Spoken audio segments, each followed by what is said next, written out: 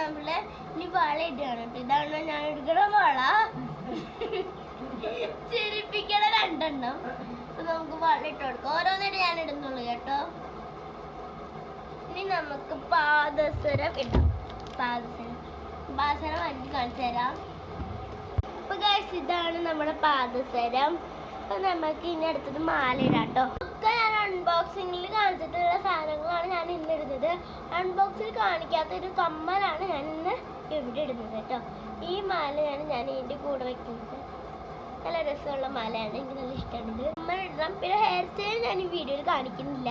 ഇത് കുറച്ച് പണിയുണ്ട്. ചിലപ്പോൾ ഞാൻ പറത്തിയിടായിരിക്കും. എനിക്ക് അതിൻ്റെ അപ്പം തന്നെ പൂട് പോലെ ഇരിക്കും ഹെയർ സ്റ്റൈൽ കെട്ടല്.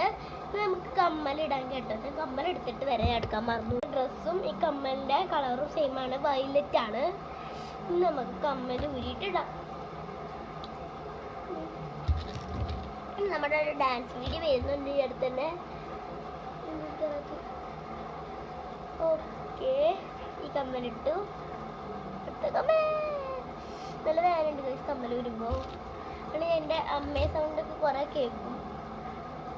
ഓക്കെ, നമ്മൾ കമ്മൽ ഇട്ട് കഴിഞ്ഞു. ഈ ഹെയർ സ്റ്റൈൽ മൂടി തുടങ്ങിയതിന് ശേഷം ഹെയർ സ്റ്റൈൽ ഞാൻ കെട്ടത്തുള്ളൂ കേട്ടോ. അപ്പം ഈ ഡ്രസ്സ് ഞാൻ കാണിച്ചു തരാം. നിന്നെ ഇതാണ് ഡ്രസ്സ്.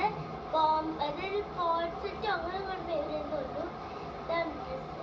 ഇവിടെ ഒരു ഷർട്ട് പോലാണ്. പാൻറ്റും ഷർട്ടും അതേപോലെ തന്നെ ഒരേപോലത്തെ ഡിസൈനാണ്. ഇവിടെ വരും കയ്യെന്നിരിക്കുന്നത്. പക്ഷെ എനിക്ക് നല്ല ഇഷ്ടമായിട്ടുള്ള ഡ്രസ്സാണിത്. ഓക്കെ, അപ്പം ഇന്നത്തെ വീഡിയോ ഇത്രേ ഉള്ളൂ. അടുത്ത വീഡിയോയിൽ ഞാൻ വീണ്ടും വരാം. അപ്പം എല്ലാവർക്കും ബൈ. എല്ലാവർക്കും ഹാപ്പി ഓണം.